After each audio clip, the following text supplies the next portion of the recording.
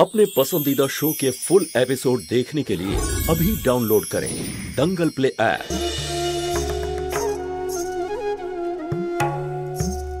সম্পর্কের রাজনীতি তুমি বুঝতে পারবে না বাবা। তুমি দেখতে পাওনি কিরকম পাগল হয়ে গেছে আমার ছেলেটা ওর ভালোবাসায়। আমি যদি ওর এই কথা না মেনে নিতাম তাহলে ও যে কোনো সিদ্ধান্ত নিয়ে নিত।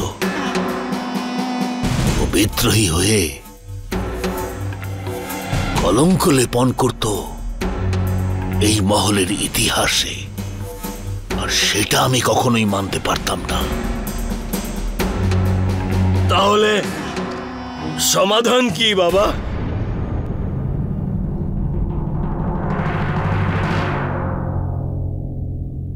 এই সম্পূর্ণ কাহিনীতে আমাদের চিন্তা শুধুমাত্র ওই কবিরকে নিয়ে, আর এটাই তার উত্তর। আমি ঠিক বুঝলাম না বাবা, তোমার ইশারাটা। ইতিহাস সাক্ষী আছে, রাজপুতরা তাদের মান আর সম্মানের জন্য নিজেদের আত্মাহুতি দিয়েছে। আমরাও তাই করব। আগামী সোমবার তো মাঙ্গলিক তত্ত্ব ওই মেয়েটার বাড়িতে যাবে, কিন্তু তার রং লাল হবে না, হবে কালো। কারণ কবির ওই দিন সূর্যের মুখ দেখতে পাবে না।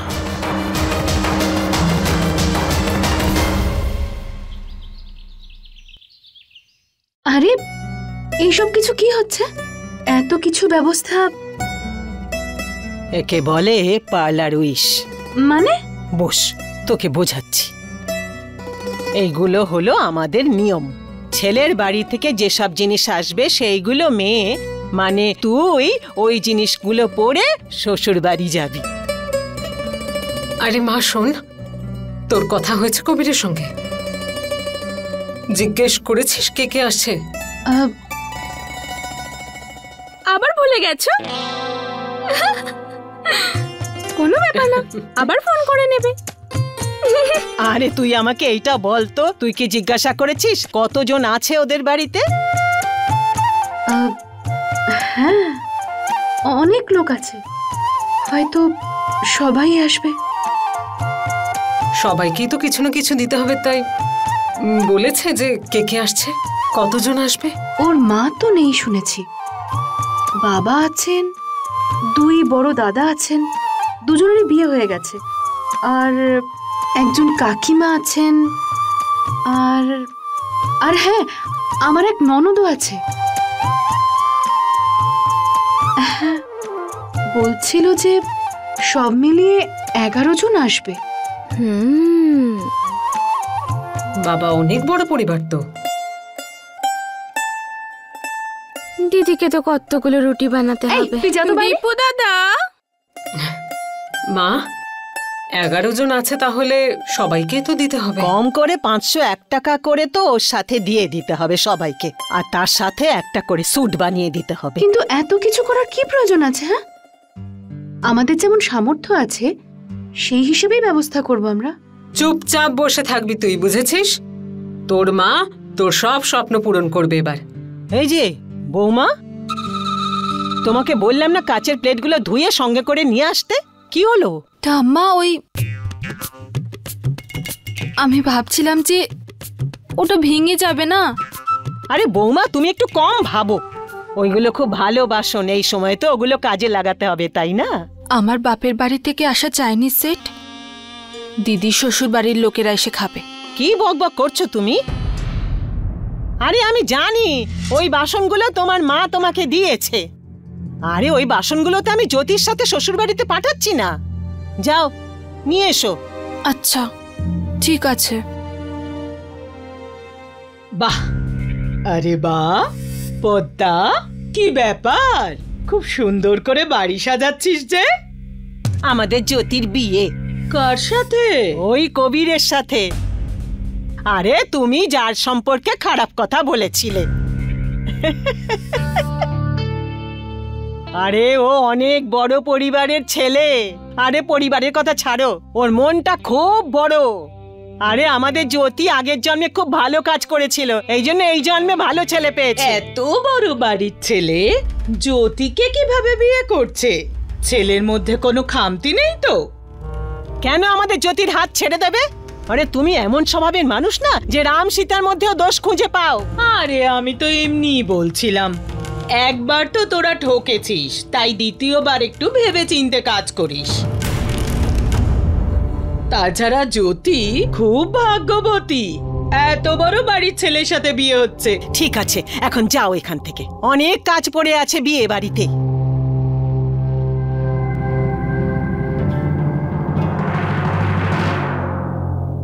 আরে তুই কি দেখছিস? তুই জানিস তো এই মহিলাকে। বস।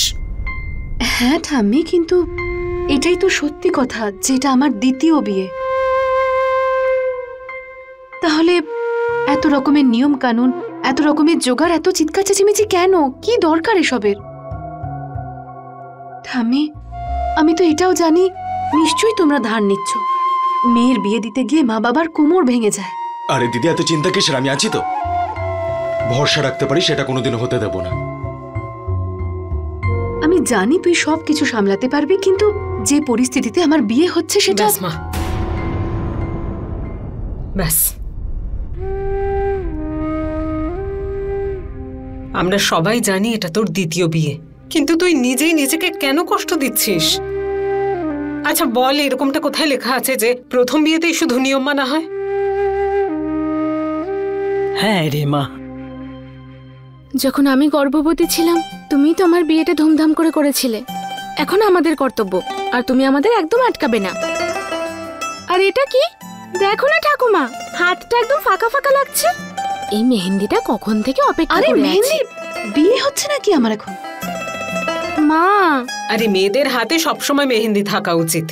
যখন কবিরের বাড়ির লোক আসবে, যখন ওরা দেখবেন, এটাই ভাববেন প্রদীপের শিখার মতো আমাদের জ্যোতিকে নিয়ে যাচ্ছেন।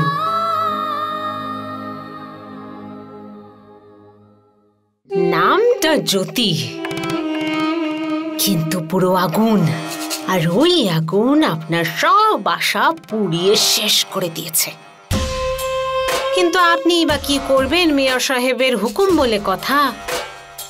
নিয়ম কানুন তো এবার আপনাকে নিজের হাতেই পালন করতে হবে। বিয়ের তত্ত্ব নিয়ে আপনাকেই তো এবার যেতে হবে।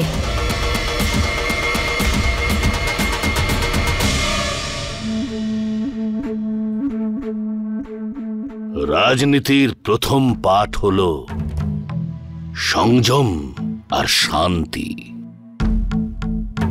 এই দুটো জিনিস খুব তীক্ষ্ণ হাতিয়ার। মেয়র সাহেব, আজকাল আপনার কথা আমি ঠিক বুঝতে পারি না। কারণ তোমার মন শান্ত নয়, মনে আনন্দ নেই। খুশি? আনন্দ করব? কি বলবো আমি আমার বাপের বাড়িতে, আমার বোনকে? আমি কথা দিয়েছিলাম ওকে যে এই বাড়ির বৌমা হবে রাগিনী। আমি এখন কিভাবে মুখ দেখাবো ওদের? আমি তোমার কাছে প্রতিজ্ঞা করছি, তোমার বোন কোনো অনুযোগ দিতে পারবে না তোমাকে। আরে বলিদানই তো রাজনীতি। কিন্তু যে রাজত্ব করে সে কখনোই বলিদান দেয় না, নিয়ে থাকে।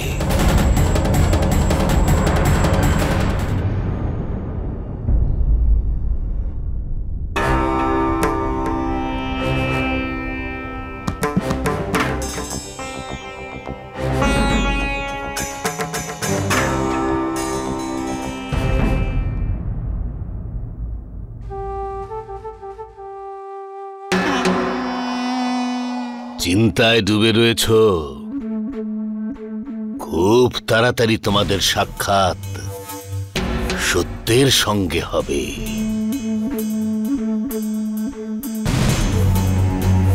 তোমার জন্য এই পোশাক, কাল তুমি এটা পরিধান করে তোমার লক্ষ্যের দিকে পৌঁছবে।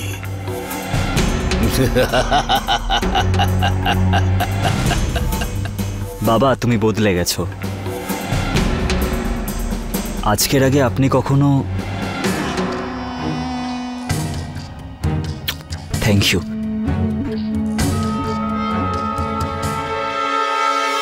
ওয়াও ঠাম্মা, এইটুকু সময় কি সুন্দর রং এসেছে না? আরে একেই তো বলে ভালোবাসার রং। এমনিতেও জামাইবাবুর প্রাণ দিদি, রং তো গাঢ় হবেই। একবার দেখো তো, লজ্জায় লাল হয়ে গেছে। আরে তুই চুপ কর, নজর লেগে যাবে। বোনের নজর কখনো লাগে নাকি? মন চাইলে জিজ্ঞেস করে নাও জামাইবাবুকে ফোন করে। দিদি, আমার সাথেও কথা বলাও না জামাইবাবুর, প্লিজ। কেন? তুই আবার কি কথা বলবি? এরকম বকার কি আছে? অধিকার আছে আমার, শালি হই আমি, অভিযোগ আছে আমার। আর যদি কথা না বলাই তাহলে? আমার কাছে নাম্বার আছে, বৌদি ফোন করো।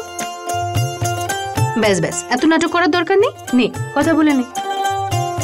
আচ্ছা, কি কথা বলবি বলতো? পার্সোনাল কথা। ঠিক আছে, তুমি তাহলে এখন ঘুমিয়ে পড়ো। Good night. Good night.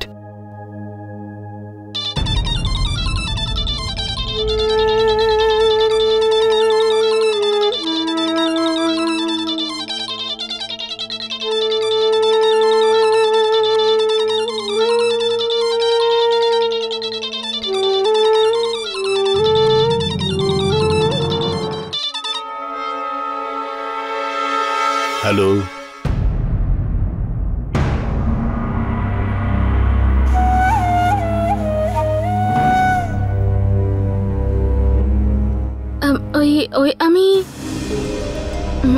আমি আপনি যার সঙ্গে কথা বলতে চাইছেন,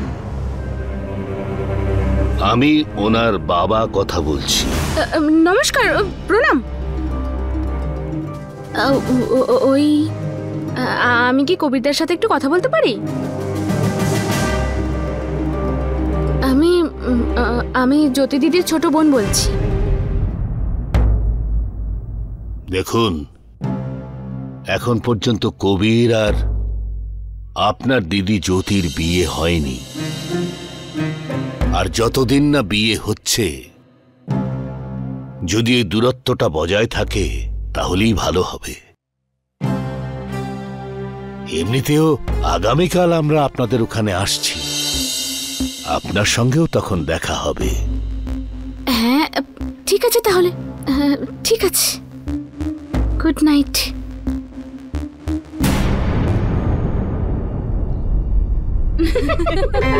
যতদিন না বিয়ে হচ্ছে, যদি এই দূরত্ব বজায় থাকে তাহলে। বাবা ঠাকুমা, কি ভারী আর ভয়ঙ্কর আওয়াজ।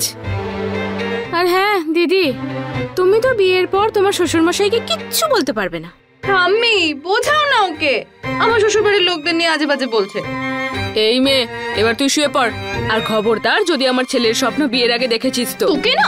বাবা,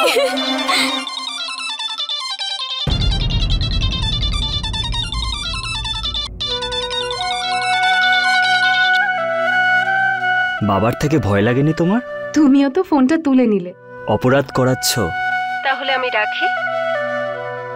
আমারও কিন্তু মনে হচ্ছে যে ওনার কথা না শুনে আমরা খুব অন্যায় করছি। ভুলটা একবার হোক বা বহুবার, শাস্তি তো হবেই, তাই না? তাহলে আমাকে শাস্তি দাও, কারণ তোমাকেও তো আমার সাথেই জেলে যেতে হবে। আচ্ছা শোনো, তুমি কি পরে থাকবে? কেন? যাতে আমি তোমাকে স্বপ্নে দেখতে পারি। কাল যখন সত্যিটা একটা বাস্তব রূপ পাবে, তখন সামনে থেকেই দেখে নিও। এক মিনিট। হয়তো মা আসছে। হ্যাঁ, কিন্তু এতে এত ভয় পাওয়ার কি আছে? তুমি তোমার হবু বরের সাথে কথা বলছো। আচ্ছা, এবার ফোনটা রাখো তো। আর না, এভাবে না, আগে বলো। না, আমার লজ্জা করছে, এটাই বলবে তাই না? বলো না। Love you. ভয় দেখাচ্ছ না আই লাভ ইউ বলছো? একটু মন থেকে বলো না। খুব জেদি কিন্তু তুমি। যদি না হতাম তাহলে তোমাকে কি করে পেতাম বলো না। I love you. Bye.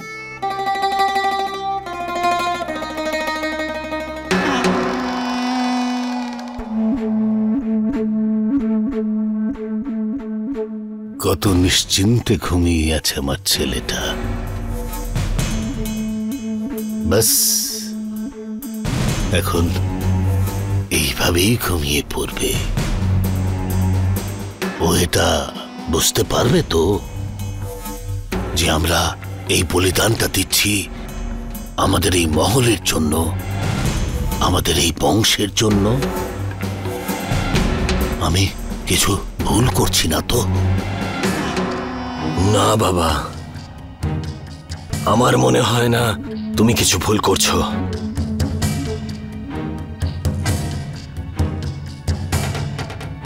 চলো।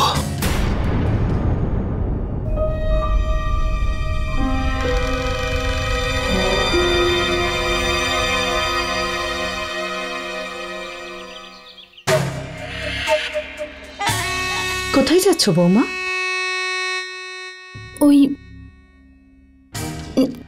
ঠাকুরপোকে জল খাবার দিতে। ঠাকুরপোকে? দেখো না, আমি ওর হবু বউয়ের জন্য আশীর্বাদই নিয়ে যাচ্ছি, আর ও আমার উপর রেগে আছে। দাও, এই জলখাবার আমাকে দাও, আমি নিয়ে যাচ্ছি, আর ওর রাগও ভাঙাবো।